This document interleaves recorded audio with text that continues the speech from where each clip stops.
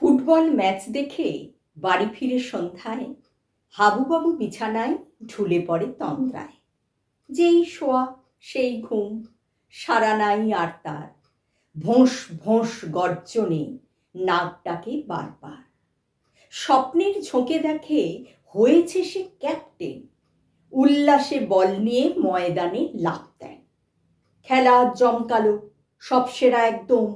হাবু আজ ক্যাপ্টেন, লোকে মাঠ গম গম। হাবুবাবু নামতেই বল নিয়ে ময়দান, আহ্লাদে চারিদিকে ওঠে তার জয়গান। বাপরে সে কোলাহলে তালা লাগে কানটায়, মাথা ঘোরে বন বন, হায় বুঝি প্রাণ যায়। শনশন হাবু ছোটে, কে আবাদ কে আবাদ, বলখানি কেড়ে নিতে বিপক্ষে কুপকাত। বাহিরিতে কোলাহল, তাজ্জব খেলোয়াড়, দুনিয়াতে এই রূপ দুটি খুঁজে মেলা ভার।